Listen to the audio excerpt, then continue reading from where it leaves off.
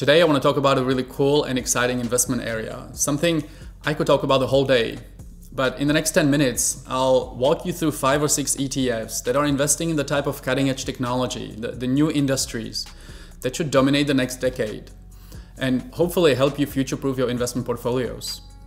But before we get there, let's think back to the year 2000. In 2000, the internet was still in a baby crib and retail was dominated by Walmart. At the time, everybody assumed that that was going to be the case for the next decade.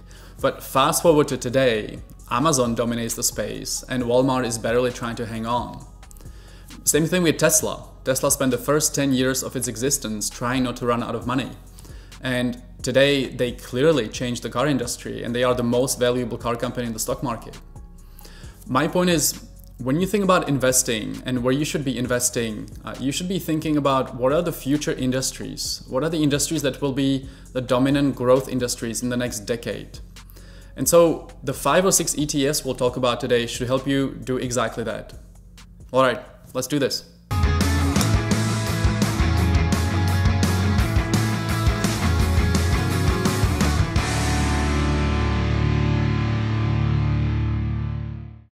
Welcome back to the channel. My name is Martin Zeman, and for those of you that are new here, I'm a former investment banker, trader, and hedge fund manager. And so before we dive in those 5 or 6 ETFs I mentioned in the introduction, let's talk about why it's actually important to start thinking about new areas to invest money in.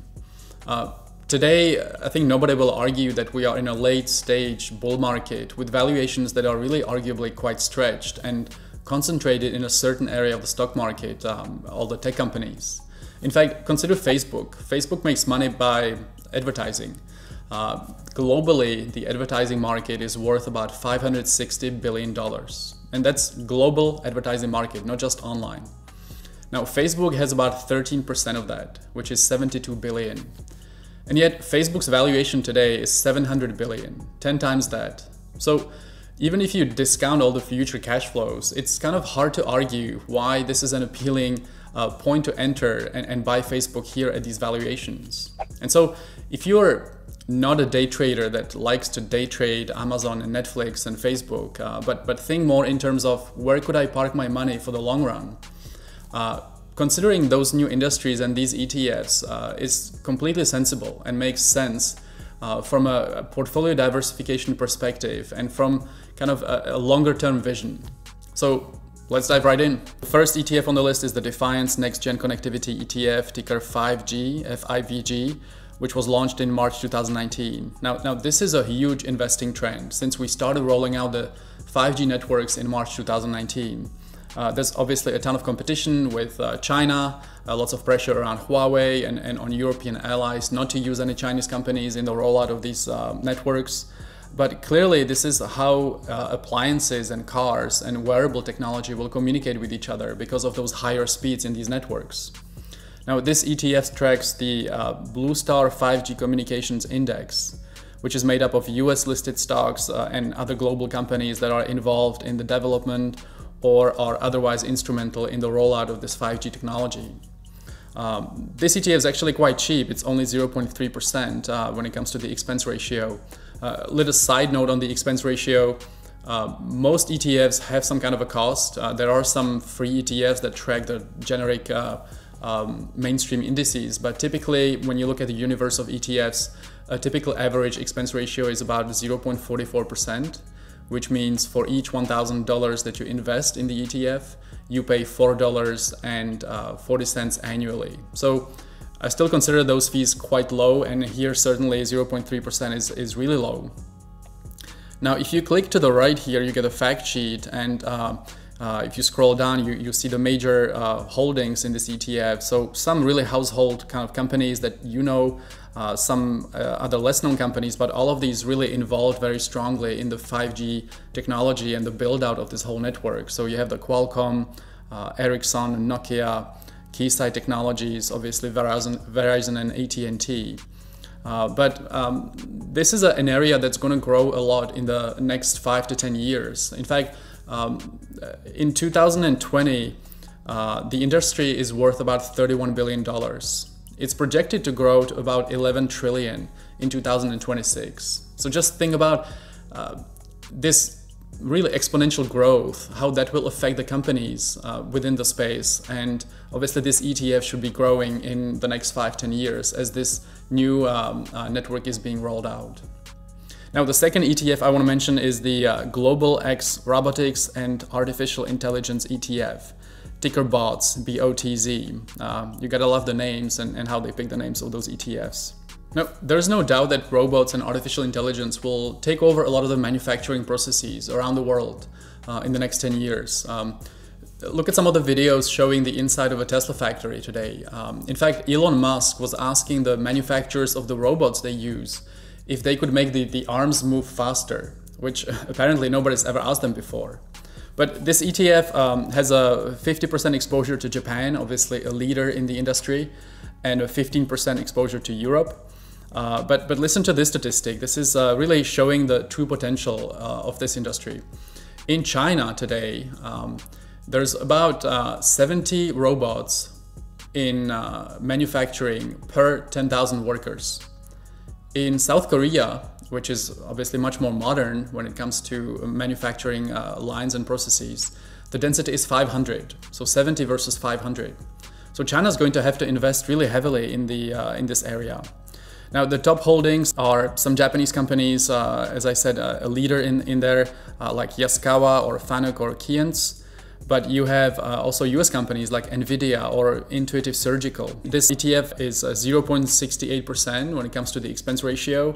Not cheap, but not very expensive. And then I also want to mention a competition to this ETF, which is the ETF Robo.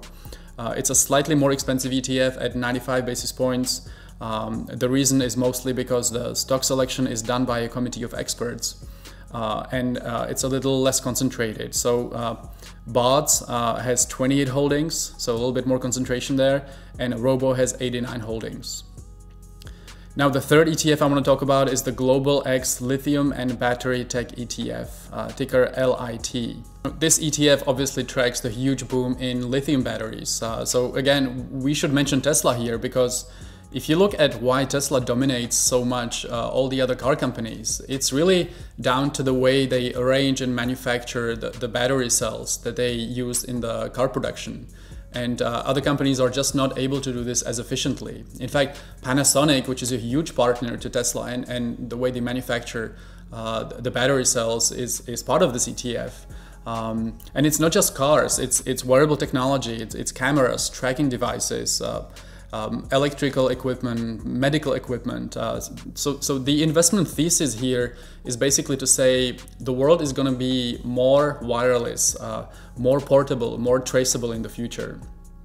Now, the expense ratio here is 0.75%. Again, not very expensive given the exposure you get. And the top companies in this niche business are, Tesla, LG, Samsung, Panasonic, or BYD, which is kind of the Chinese version of Tesla. Now, the next one on this list is a little bit outside of the traditional investors box, and that's the VanEck Vectors Video Gaming and Esports ETF, ticker ESPO. Now, e-gaming and video gaming as an industry has gone a little bit more mainstream in the last few years, and obviously has done really well during the coronavirus lockdowns. If you look at the performance of this ETF, it's quite spectacular. And today, esports has become a real industry with competitive teams and coaches, and it's become much more organized with the possibility of streaming and cable channels in the space. Now, clearly the industry is still working on better monetization of the whole movement in video gaming and esports, but you have, this ETF has 25 stocks. You have some really famous and household names like NVIDIA, Advanced Micro Devices, AMD, or Activision Blizzard, ATVI, Electronic Arts, EA, and obviously Tencent Holdings, which is very big in the Chinese gaming market. Now, the expense ratio here is 0.55%, so kind of around the average. Again, not very expensive given the exposure you get to a really interesting sector.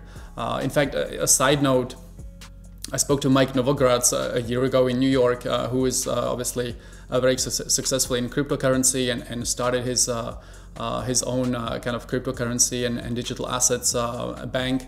but he talked at length around investing in video gaming and esports and the avatars and how much of a new industry this is becoming. So now that we have a lot of these out-of-the-box, non-mainstream ETFs out of the way, let's talk about emerging markets. I think it's quite clear that so as much as the 20th century was the American century, the 21st century is going to be the Asian century, and specifically Chinese, at least to some degree. And so investing in emerging markets is something that every investor should have in their portfolio. And so I have two ETFs when it comes to the emerging markets, and specifically ones that are heavily tilted towards China and towards the new kind of space that we should see developing in the next 10 years. The first one is the iShares Core MSCI Emerging Markets ETF, ticker IEMG. This one's really quite mainstream. It's extremely well diversified across 5 continents, 2,500 components. It's very cheap. It's only 0.14 expense ratio, but it really focuses on who's going to be driving the growth over the next 10 years. And I think emerging markets really deserves to be in your portfolio. Now, the second ETF that I pick in this space is the Emerging Markets Internet and E-commerce ETF, ticker EMQQ.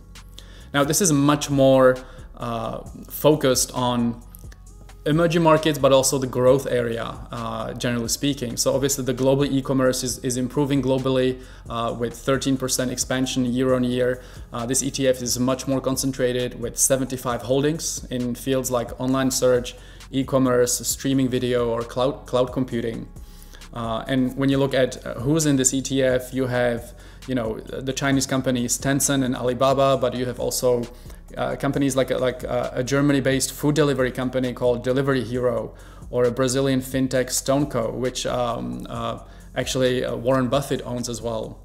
And the expense ratio here is 0.86%. So obviously more expensive than the more mainstream and broadly diversified ETF, but likely more tilted towards more growth. So let's talk for a second about how you actually trade these ETFs and how you should be sizing your trades and timing your trades.